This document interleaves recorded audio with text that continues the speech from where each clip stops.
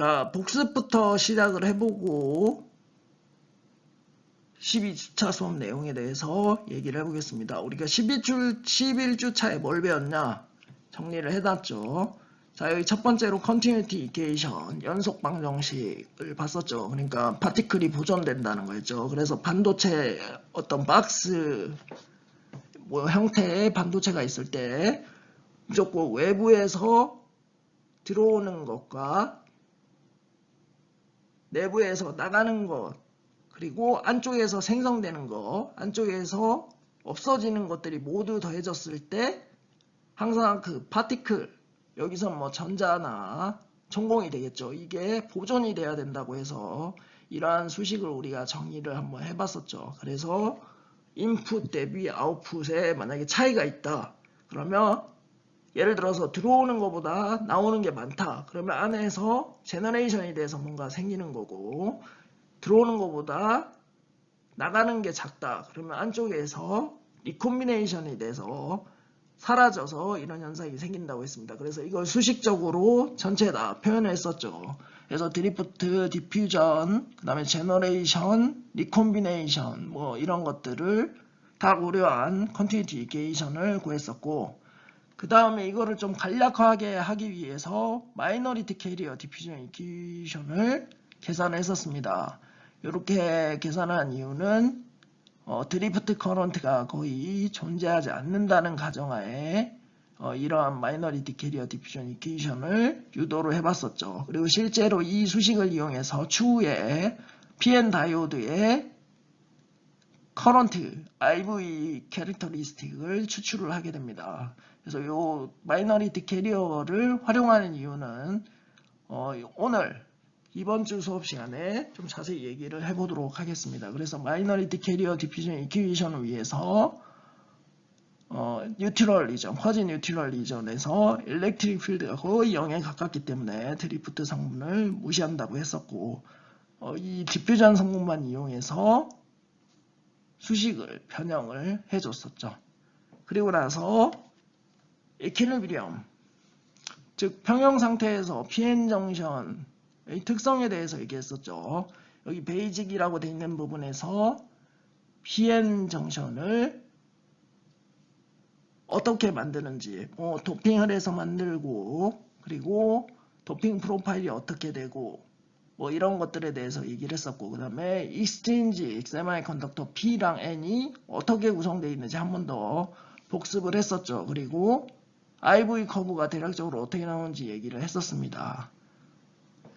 그리고 나서 우리가 PN 접합 형성했을 때 P타입 세마이컨덕터와 N타입 세마이컨덕터를 붙였을 때 곰핍 영역이 생기게 되는데, 이 곰핍 영역이 어떠한 프로세스에 의해서 생기고 최종적으로 어떻게 되는지를 살펴봤죠. 그래서 이퀴리브리엄 컨디션에서 PN 정션은 곰핍 영역이 생기고, 이 곰핍 영역이 생겼을 때 전체 넷 커런트는 0이 된다고 했었습니다. 넷 커런트가 0이 된다는 게 내부에서 커런트가 아예 없다는 얘기가 아니었고, 드리프트 커런트와 디퓨전 커런트가 서로 반대 방향을 가지면서 크기가 같기 때문에 외부에서 0으로 보인다고 했었습니다. 그리고 이 디플리션 내에 있는 픽스드 차지에 의해서 일렉트릭 필드가 생기고, 이 일렉트릭 필드에 의해서 빌트인 포텐셜이라는 게 생긴다고 했었습니다. 그래서 PN 접합을 그냥 붙여놔도 자동적으로 내부적으로 전개가 생기고,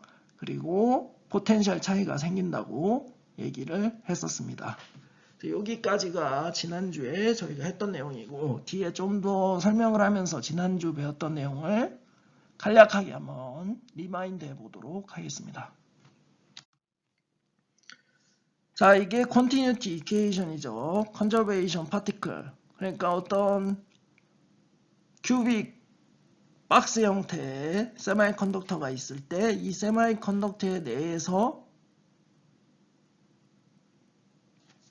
전체 파티클, 즉 홀이나 일렉트론은 보존이 돼야 된다는 얘기죠. 그게 무슨 말이냐면 이 박스 안에서 들어오는 것과 나가는 것은 항상 파티클 수가 보존이 돼야 된다는 얘기입니다. 그러니까 만약에 들어가는 거랑 나가는 게 차이가 있으면 내부에서 뭔가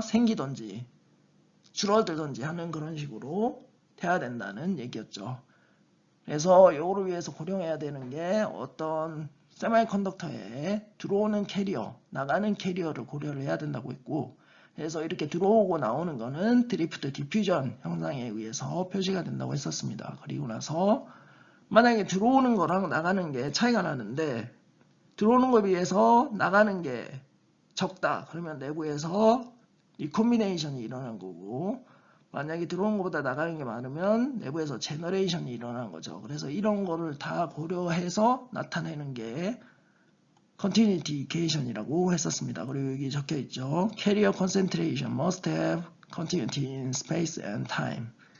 그러니까 시간이랑 어떤 공간에서 캐리어 컨센트레이션, 즉 홀이랑 일렉트론의 컨센트레이션 농도는 항상 일정해야 된다는 얘기입니다. 항상 일정해야 된다는 얘기가 뭐냐면 다 더했을 때 항상 뭔가 합이 맞아야 된다는 얘기가 되겠죠. 그래서 수식으로 이렇게 표현한다고 했었습니다. 시간당 변하는 홀의 농도는 드리프트에 의해서 변하는 홀의 농도 더하기 디퓨전에 의해서 변하는 홀의 농도, 그리고 서멀 리콤비네이션 제너레이션에 의해서 일어나는 홀의 농도 변화, 이게 뭐 제너레이션이 될 수도 있고 리콤비네이션이 될 수도 있죠.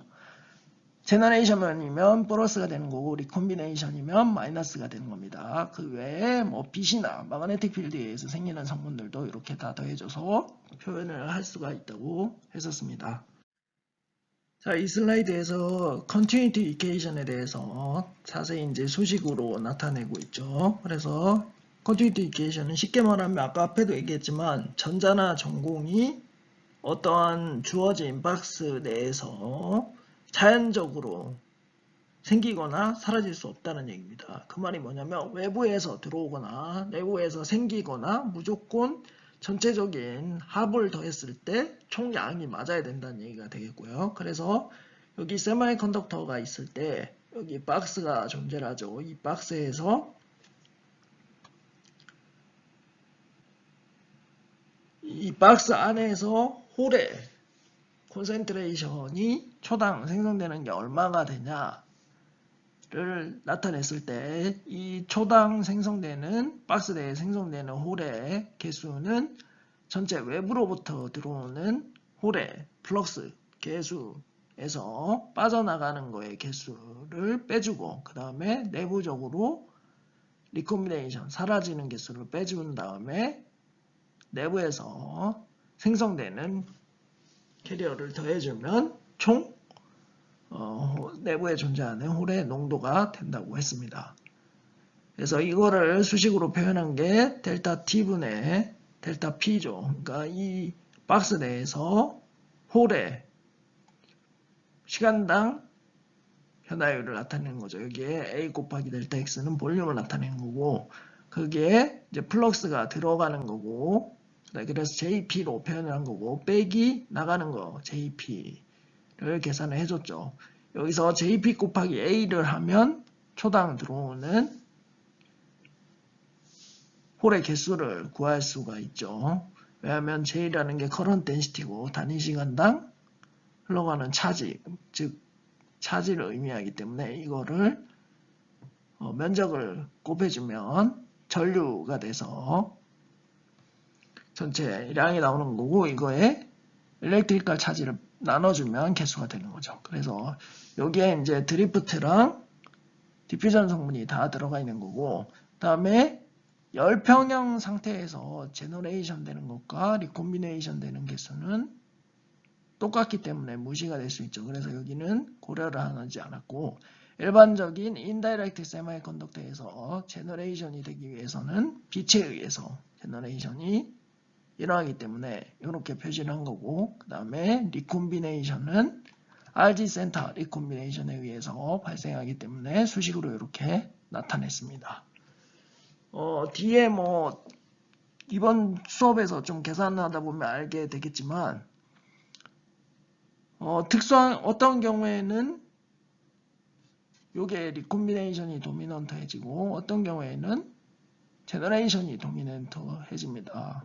그 학생 중에 누가 질문을 줬던 것 같은데 인다이렉트 RG 센터 그러니까 리콤비네이션 제너레이션 프로세스에서 일반적으로 온도가 가해졌을 때 어떻게 해야 되냐 이런 거를 물어본 학생이 있습니다. 그래서 만약에 이게 열적 평형 상태라고 하면 제너레이션 되는 것과 리콤비네이션 되는 양이 똑같다고 생각을 할 수가 있습니다.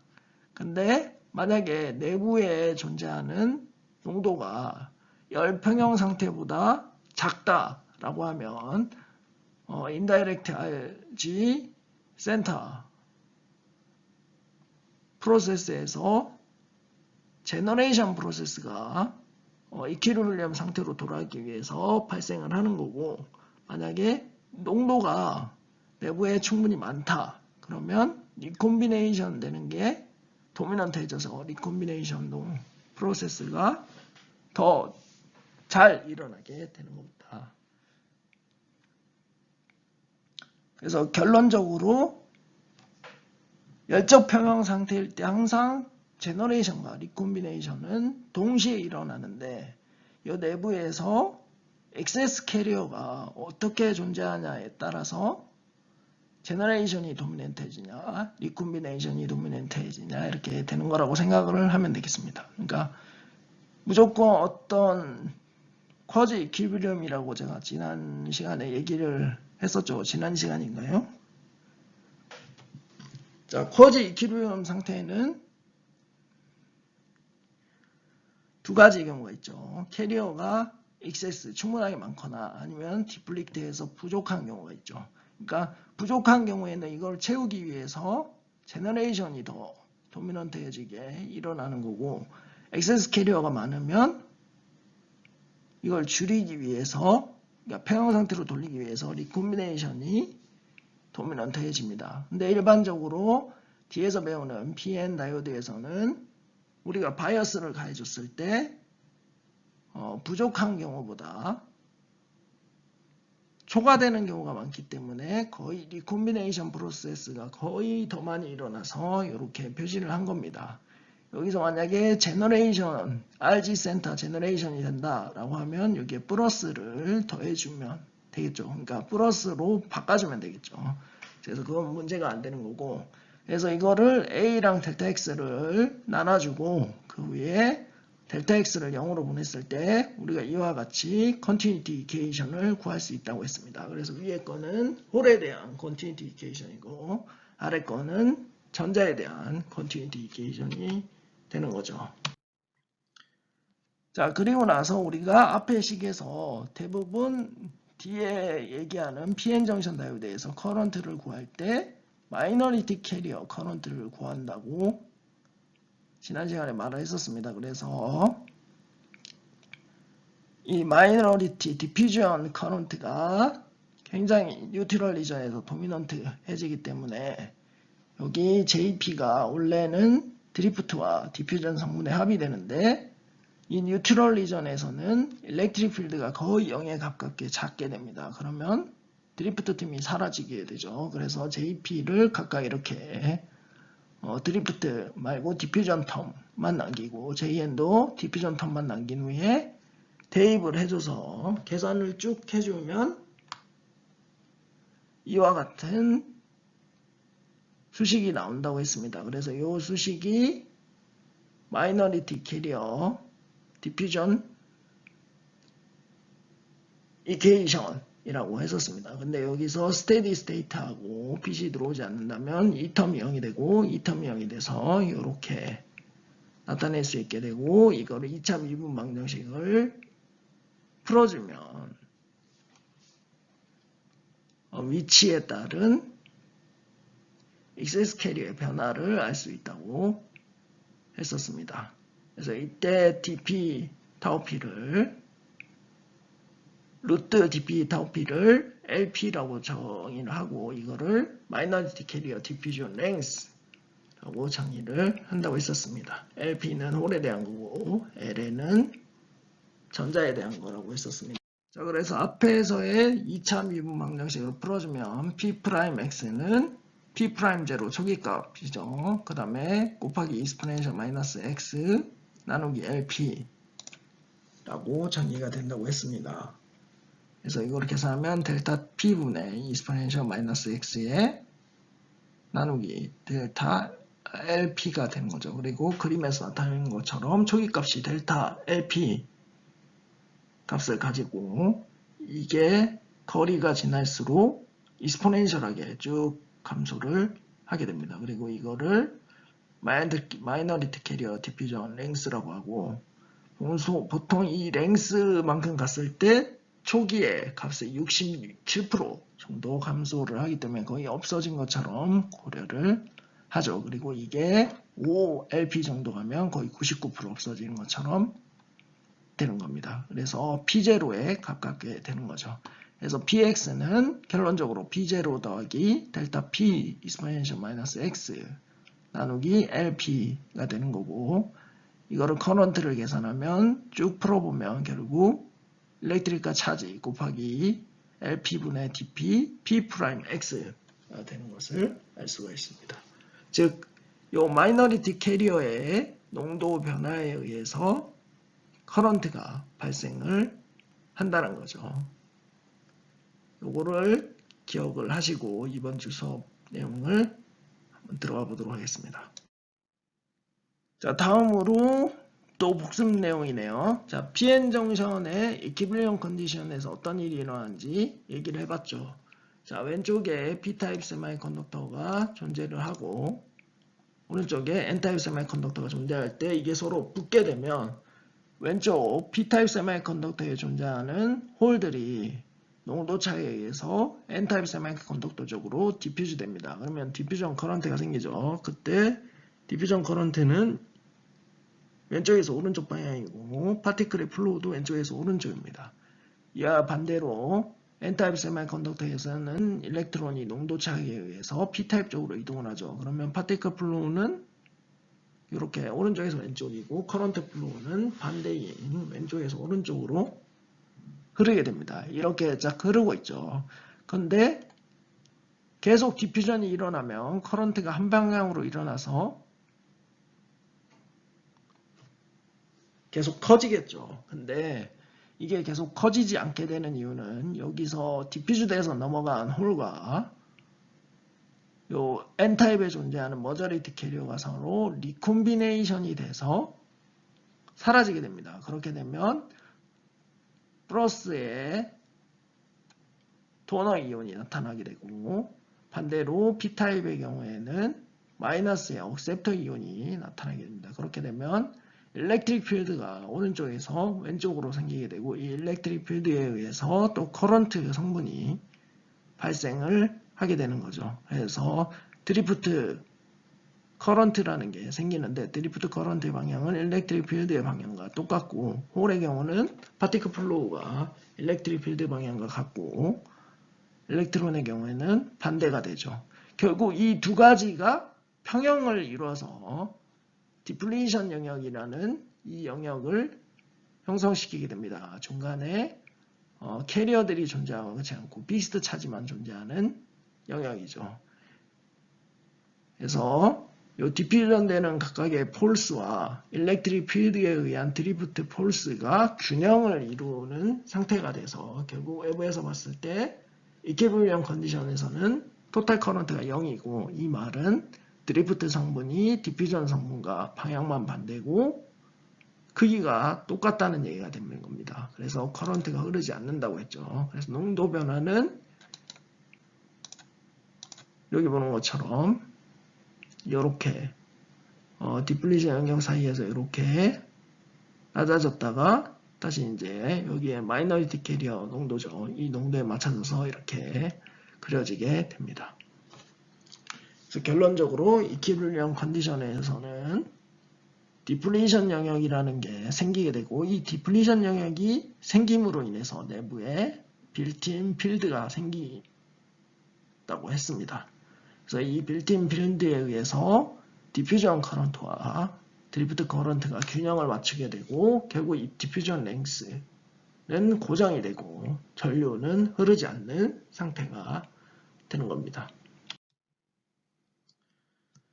자, 그리고 나서 얘기를 했던 게 빌트인 포텐셜이었죠. 그러니까 디플리션 영역에서 우리가 빌트인 필드가 생긴다고 했는데 이 빌트인 필드가 생긴다는 것 자체가 포텐셜이 생긴다는 걸 의미하죠. 왜냐하면 일렉트릭 필드가 존재하고 거리가 있을 때 V는 ED라는 식을 우리가 전자기학 시간에 배웠을 겁니다. 그래서 포텐셜이라는 게 자체 내부적으로 정션 근처에서 생기게 됩니다.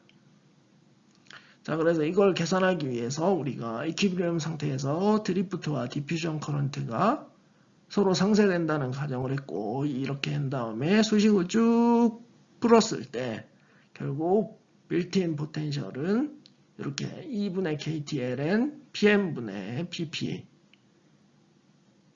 나타낼 수 있고, 이거를 또 바꿔보면 E분의 KTLN NI제곱 NAND로 나타낸다고 할 수 있었습니다. 그래서 빌트인 포텐셜은 결국 온도에 비례를 하고 그 다음에 각각 도핑된 도펀트 콘센트레이션에 관계가 된다는 걸 알 수가 있었습니다. 그리고 나서 이거를 수식을 바꿔줬을 때 PM분의 PP는 exponential KT 분의 E 곱하기 빌트인 포텐셜, 그리고 MP분의 NN도 exponential KT분의 EV0, 그러니까 빌트인 포텐셜로 나타낼 수 있다고 했습니다. 자, 앞선 슬라이드까지가 우리가 복습을 한 내용이 되겠고요. 자, 이번 슬라이드부터 우리가 이번 주부터 새롭게 배우게 될 내용입니다. 자, 처음으로 볼 내용은 PN 정션에서 포화송 이퀘이션입니다. 이 포화송 이퀘이션은 우리가 이퀴리bri엄 컨디션 상태에서 차지, 그리고 일렉트릭 필드, 그리고 포텐셜을 어떻게 계산할 수 있는지 나타낼 수 있는 식이라고 볼 수가 있겠고요. 그래서 첫 번째로 가우스 로우를 적용을 했을 때 이거는 전자기학 시간에 배웠죠. 델 D는 로우. 이때 로우는 레지스티비티가 아니고 차지 덴시티를 의미합니다. 헷갈리지 마시고요. 이 전자기학 시간에 배웠을 거고, 그래서 3D일 때 델 D는 로우, 차지 덴시티가 됩니다. 그리고 D는 입실론 제로 곱하기 입실론 S 이 일렉트릭 필드로 표현이 됩니다. 입실론 제로는 진공 상태에서의 퍼미티비티를 얘기하는 거고, 입실론 S는 relative permittivity라고 해서 상수죠. 물질의 특성을 나타내는 상수고, S라가 붙은 이유는 실리콘이라서 붙은 거고, 실리콘은 11.7이라는 값을 가집니다. 이 값은 꼭 기억해 주시기 바랍니다. 그리고 입실론 제로는 8.85 곱하기 아마 10의 마이너스 14승 이라는 값을 가지게 될 텐데, 이 값들은 꼭 기억해 주시기 바랍니다. 왜냐하면 계산을 할 때 반드시 필요한 수치고, 우리가 상식적으로 반도체 하는 사람이라면 알고 있어야 되는 식이 되는 겁니다. 그래서 D는 뭔가요? D는 플럭스죠. 여기서 뭐 컨티니티 이퀘이션이랑 비슷한 얘기라고 보시면 되는데, 어떤 박스가 있을 때 다이버전스가 이렇게 불었을 때는, 부호가 불었을 때는 이렇게 다 안쪽으로 이렇게 들어오는 거죠. 들어오는 거고, 마이너스면 바깥으로 나가는 겁니다. 어쨌든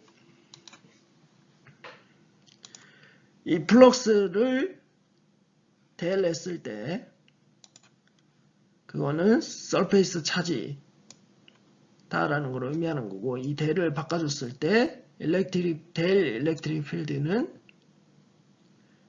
입실론 제로 입실론 S분의 로우로 된다고 표현했습니다. 그리고 1D로 바꿔주면 X방향에 대해서 일렉트릭 필드를 미분해주면 입실론 제로 입실론 S분의 로우가 된다는 식입니다.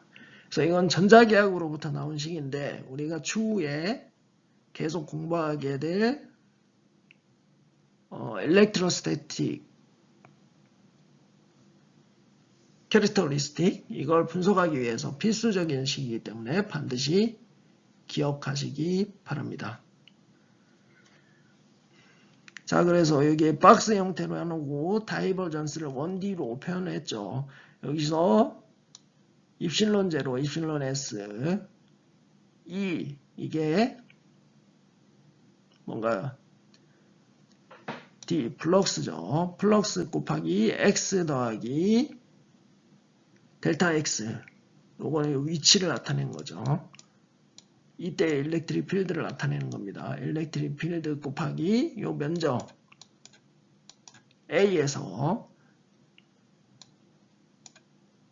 이쪽 들어오는 양을 빼줬을 때 이 내부에 존재하는 서페이스가 아니죠. 차지 덴시티가 된다는 겁니다. 이거는 볼륨을 의미하는 거고, 그래서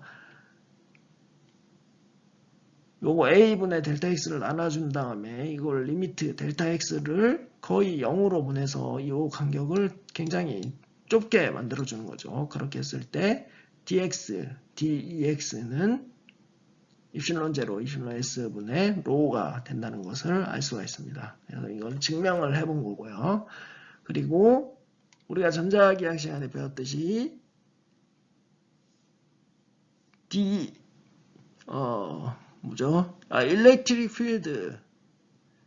일렉트릭 필드에 마이너스 부호를 붙이고 그러니까 미분을 하고 마이너스 부호를 붙이면 포텐셜이 되는 거를 배웠었죠. 그래서 이 식을 쭉 연결해 봤을 때 포텐셜을 두 번 미분한 거는 마이너스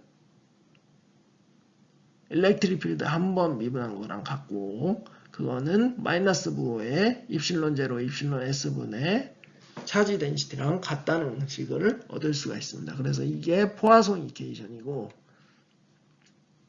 세마이컨덕터에서 차지 덴시티는 여기 일렉트리컬 차지 곱하기 홀의 농도 빼기 전자의 농도.